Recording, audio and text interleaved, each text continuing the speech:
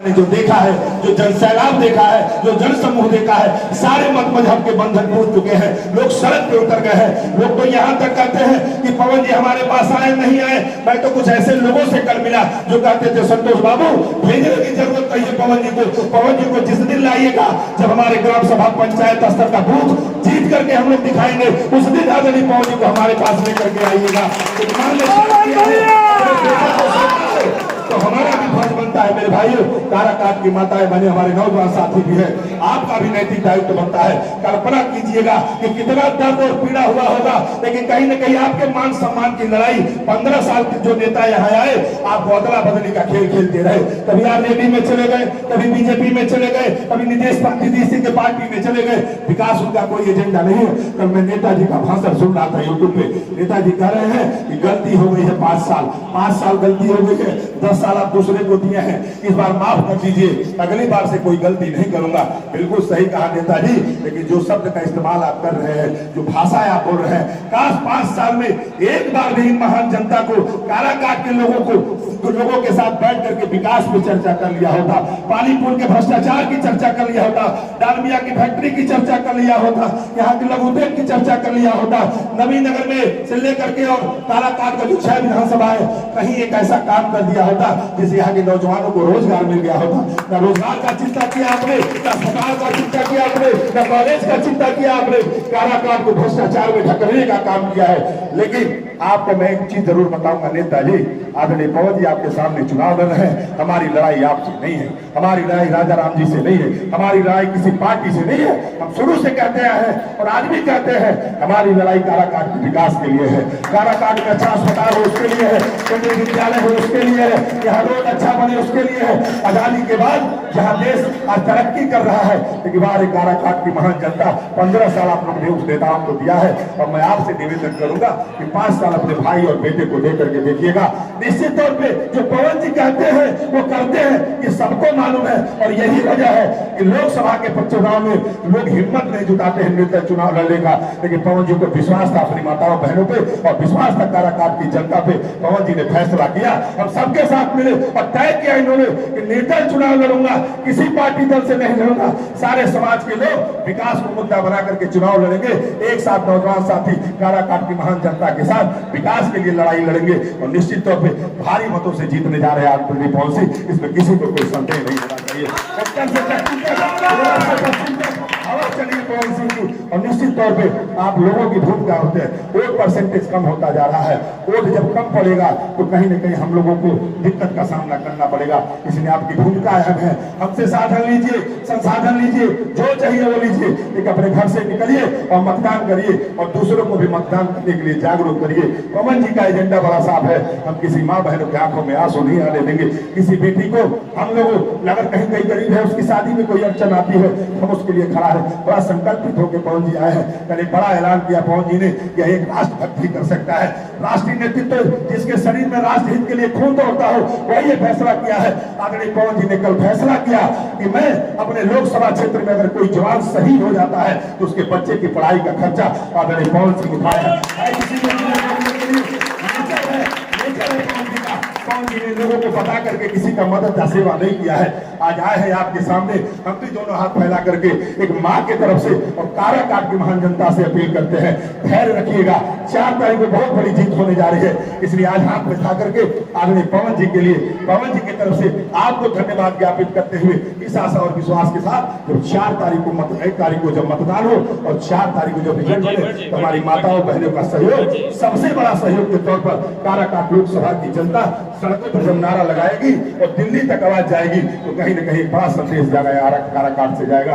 आप सबके प्रति आह्वान करते हुए कि समय बहुत कम बचा है, हो सकता है पवन जी सबके दरवाजे पर नहीं जा पाए, उसको माइंड मत करिएगा। हो सकता है जाने अनजाने में हम लोगों से भी कोई गलती हो जाए तो दोनों हाथ जोड़ करके आपका पैर पकड़ के क्षमा मांगते हैं। और आज तक कोई गलती भी हुआ होगा तो उसको भूल करके क्षमा करके, क्योंकि पवन जी आए हैं पहली बार चुनाव लड़ने, हम लोग उनके सहयोगी के तौर पर काम कर रहे हैं। हमारा और आपका रिश्ता लंबा होगा, लेकिन जब आप जनप्रतिनिधि बना देंगे आदरणीय पवन जी को तो ना हम नजर आएंगे, ना सुमन जी नजर आएंगे, ना दीपक जी नजर आएंगे।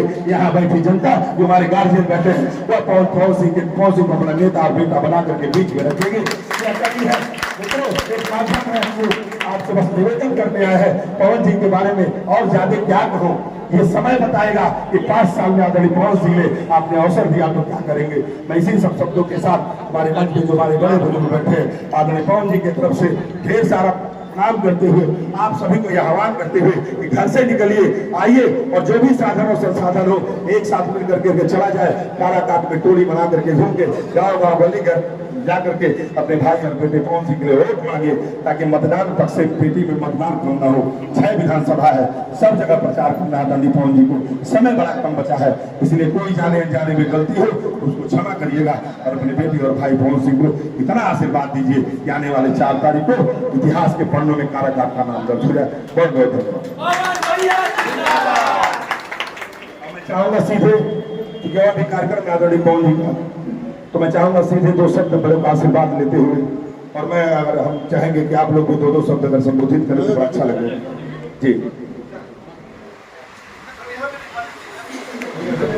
उपस्थित मेरे परिवार के लोगों, देश के मालिकों, सर्वप्रथम इस धरती को मैं नमन करता हूं और इस सभागार में बैठे हुए तमाम लोगों का मैं नमन करता हूं। जहां तक सवाल है पवन कुमार का, पवन जी आज हमारे बीच में आए हैं, बहुत सौभाग्य की बात है।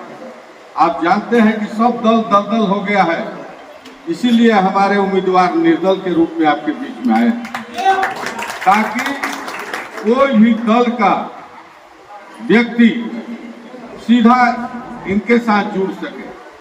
इनको बहुत से पार्टी से ऑफर आ रहा था और उन लोगों में से ये नहीं है जो कपड़ा के तरह दल बदलते हैं।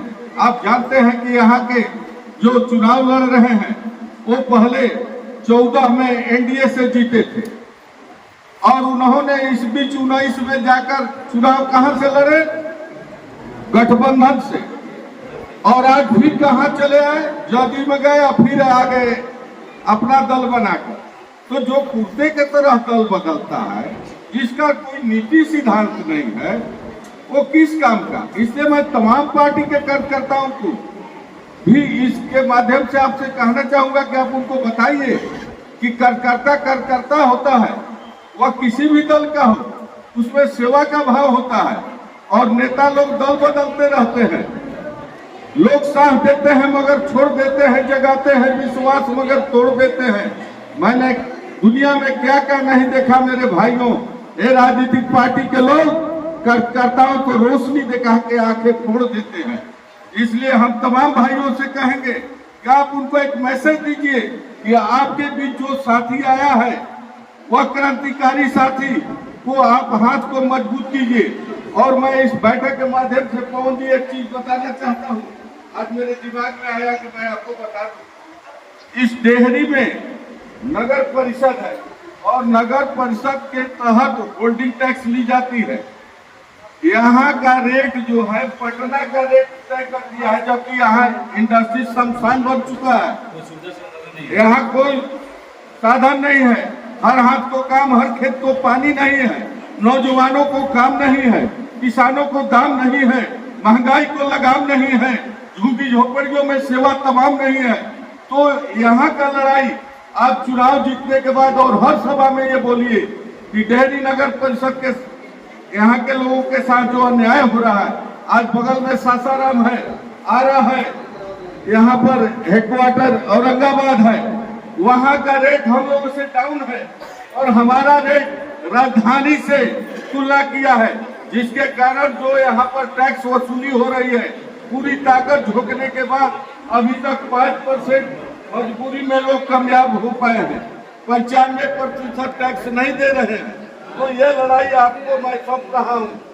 इस कार्यक्रम के तहत मैं और आप लोगों से ज्यादा क्या कहूँ, आपके बीच आपका भाई, आपका बेटा खड़ा हुआ है, हमारे साथी ने बहुत बढ़िया ढंग से आपको समझाने का काम किया है। इसलिए आप लोग इनका साथ दीजिए और इनके हाथ को मजबूत कीजिए और ज्यादा से ज्यादा वोट दीजिए। और इस बार इस चुनाव में काराकाट में जात पात का बैरियर टूटेगा और सब भाई का दिल से दिल टूटेगा। जो ये जहर घोल रहे हैं 15 साल से, आया राम गया राम, आया राम गया राम, इनको यहाँ से नकारने का काम होगा और इंसानियत जिंदाबाद रहेगी। और पवन सिंह के हाथ को मजबूत करके विकास के गंगा इस काराकाट क्षेत्र में फैलाने का काम करें। इन्हीं शब्दों के साथ मैं अपने वाणी को विराम देता हूँ। जय हिंद, जय भारत। अब मैं चाहूंगा